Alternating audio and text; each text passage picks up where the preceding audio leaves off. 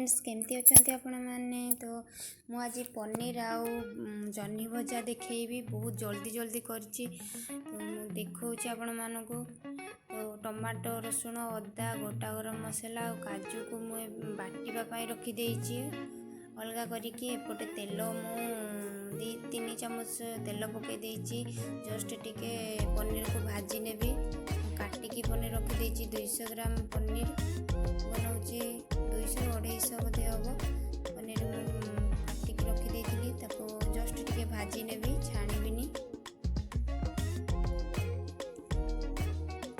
Grinding कर नौची सब रखी मसला सब तो ग्राइंडिंग कर नौची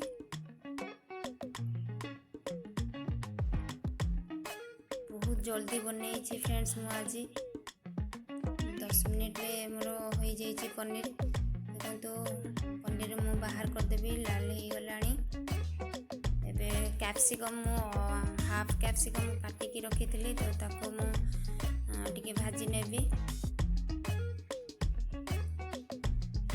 कैप्सिकम पनीर मु बनई आज से ही गलानी रेडी तो मु बाहर करदेली एबे मु चीनी पकेबी तेल रे हाफ चम्मच चीनी पकेउची और जीरा पकाउची तापरे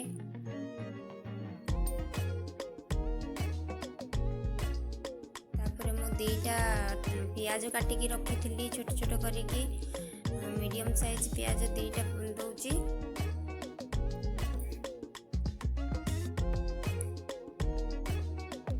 प्याज ब्राउन हो गला परे मु मसला पकेबी देखो तो प्याज रेडी हो गलानी तो मुझे मसला जो ग्राइंडिंग करके रखी ताको पके दउची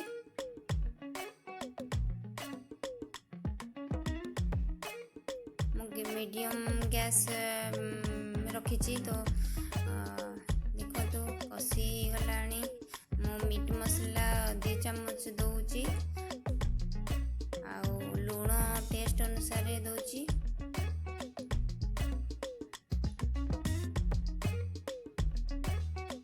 लंका गुंड मु 1 चामच दउची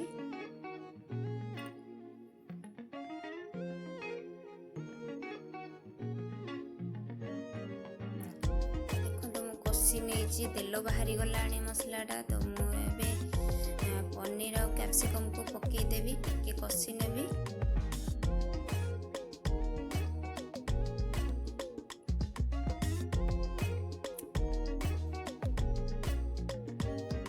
देखते फ्रेंड्स बढ़िया कषाटा हो जाए आपण कषा भी खाई पारे एमती मु टिके जस्ट पानी देवी 1 कप मु पानी दउची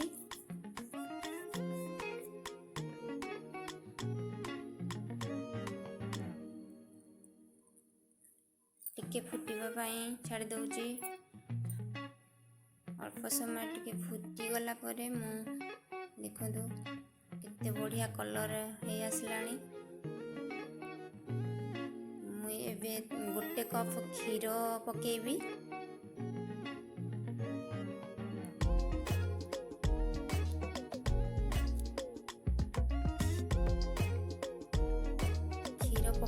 जस्ट टिके फुटी गले बंद करदेवी ताको देखो फुटी गलानी बंद करदेवी एबे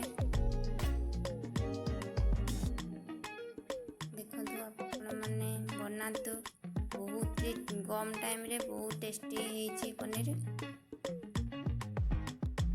मु ताको बाहर करके आपण मानको देखौची देखो कितने सुंदर हेची और बहुत टेस्ट भी हेची आपण माने बनातु मु आ गोटे रेसिपी आपण मानको देखौची देखो मु जह्नी भजा करिवि जह्नी को मु लंबा लंबा एमती काटी देइची देखो मु चांछिनी भलो कि धोईकी मु खाली तार धारटा जस्ट टिके खाली चांछि देइची आ एमती लंबा लंबा काटिकी ताको फ्राई करिवि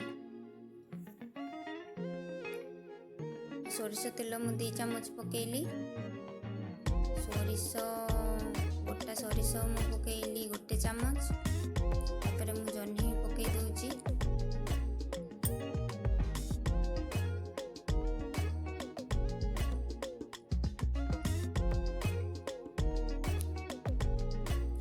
जस्ट मु हलदी आ लुण देवी आ किछि मसला देविनी। देखो जो हलदी हाफ चामच देली आ लुण टेस्ट अनुसार दउची। ताको कम आंच करेनि, कम आंच कले पानी बाहर की सीझी जीव। तो गैस मीडियम फ्लेम रे रखिबे। घोड़े घोड़े की ताको भाजिबे, सीझीब आउ प्लस ब्राउन भी हब।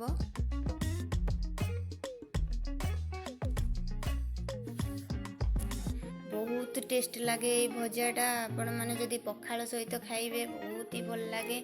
आ एमिति भी गरम भात सहित भी खाई पारिबे।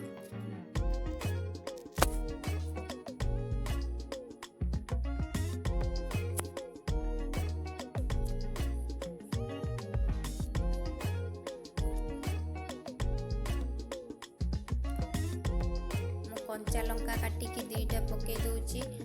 सुखिला लंका आपण मैंने पकई पारे सोरिष सहित। मु गोटा सोरिष जितेबाला पकईली सेतेबाला सुखिला लंका मो पाखे नथिला पकईनी, से कंचा लंका मु पकई देइथिली।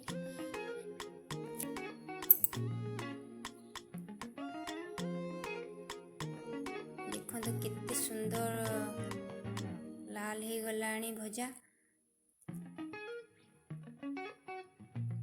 जस्ट टिके घोड़े देवी, रेडी हो गलानी हमर। देखंतु